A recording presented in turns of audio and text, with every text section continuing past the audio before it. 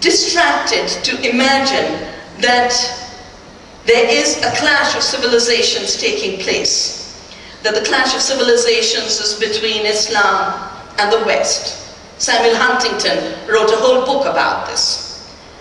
A war has been unleashed in the Middle East on the basis of this very false idea of a clash of civilizations. And for us, it was so encouraging that when those terror attacks happened in Madrid, instead of escalating the cycle of violence, the new government in Spain said, we will withdraw our forces, we will not participate in a cycle of violence. That making peace needs to now be extended to making peace with the planet. I have done many years of work, lots of research, and I'm convinced that most of the current wars of today are wars over shrinking resources and expanding greed for the planet's limited resources. The wars in the Middle East are clearly oil wars, but they're wars over water. They're wars over land. Last year we gave a Gandhi Award to the indigenous communities in Amazon who are fighting Cargill, which is expanding soya cultivation on such a large scale in the Amazon, totally illegally, created a port for exports of soya bean. And it used to be the case that the soya bean went for non-sustainable production of animals and factory farms. Unfortunately, the mechanical mind, which assumes that progress is measured in terms of the number of automobiles on the roads and the numbers of highways on which those automobiles run, that paradigm is willing to destroy the last remaining defenders of the planet, our primeval forests, to create biofuel today. The idea that biofuel will be able to make the transition to both addressing the problem of the peaking of oil as well as the problem of climate chaos is hugely misplaced. It does not reduce carbon emissions. And that every scientist is telling us. Those Indonesian forests where the peatlands are being burnt up is in fact leading to 10 times more carbon dioxide load in the atmosphere. The biofuel from palm oil. And so much of the 5% and the 10% requirement in Europe is going to come by the burning of more and more of those forests. That is not an ecological solution. That is devastation. And I do think the European communities need to step back and take an audit of what is the impact of this very easy requirement of the 10% input of biofuels.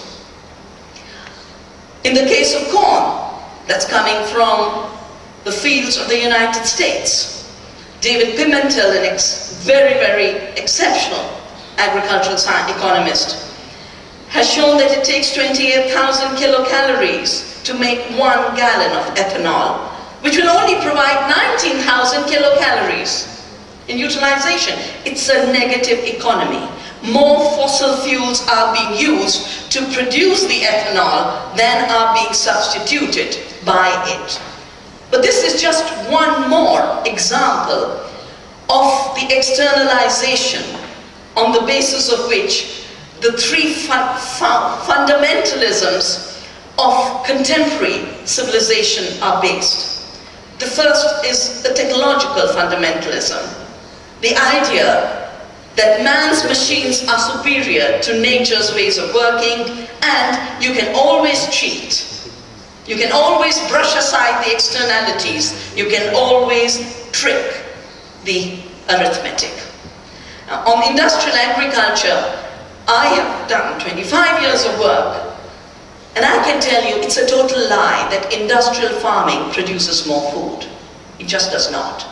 Industrial farms are impoverished monocultures that use 10 times more energy than they produce as food, constantly require higher and higher levels of inputs of chemicals, water, fossil fuels, while giving us very, very little food, and giving us what food is provided is extremely bad for our diets. On the other hand, the biodiverse food that comes from small farms has, in our ecosystems across India, in deserts, in mountains, in the rainforests of Kerala, 2 to 3 times more food output, 3 to 5 times more incomes for small farmers, and what is most important in times of climate change, the best resilience to climate chaos. We have experiments on our farms, 12 crops, 9 crops, 7 crops, 5 crops, 3 crops. The higher the biodiversity intensity, the more is the production and the higher is the resilience to changing climate. You might get rain, you might not get rain. You might get too much rain. You'll get untimely rain. But when you have diversity, something or the other will do well. The saying, don't put your eggs, all your eggs in one basket, works for security in times of climate change. Unfortunately, industrial agriculture is requiring us to put all our eggs in one basket, and that basket belongs to Monsanto, or Novartis, or Syngenta.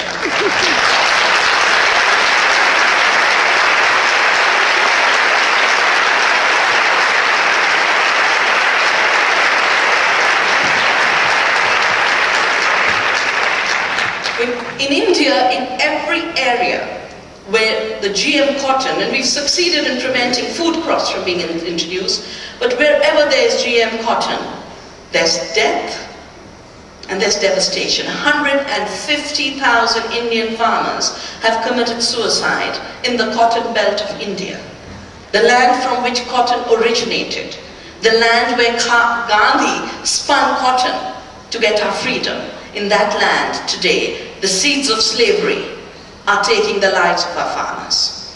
Now, I was there distributing seeds before I left a few weeks ago, and I couldn't believe it. The women were being asked to burn everything. That's a safety precaution. The BT cotton, which is considered safe enough for us to wear, safe enough for us to eat as a blend in edible oil, is considered so dangerous that instead of putting this organic matter back in the soil, the farmers are being asked to burn it. And when I was hearing the stories on the forest fires in Spain, I was just thinking of how many forest fires will be created in lands where there should be no room for forest fires if the organic matter was going back to feed the earthworms. I thought we just had to substitute the seeds. We'll have to go back and begin from scratch on doing good farming. But the violence of this takeover of our agriculture will become more serious in periods of climate change. I have started, through Navdanya, last year, a series of community seed banks for dealing with climate chaos.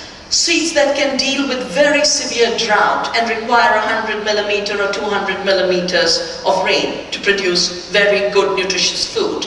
Crops like the millets that disappeared under the Green Revolution. Or crops like our rices in the flood areas that can grow 15 feet tall, stand in the water for 2 months, get harvested by boat. No one's cultivating them anymore. We've saved those seeds. Or in the coastal areas of India, where, because there's always been combination of growing prawn and paddy, we had salt-resistant paddy varieties. We saved them to distribute in the cyclone of Orissa in '98. We distributed them in the tsunami, and now I'm taking them throughout the coastal belt of the Bay of Bengal, because the cyclones which used to come once a year now come 10 times a year. They used to come at 100 kilometers, now they come at 300 kilometers, and they come much further inland.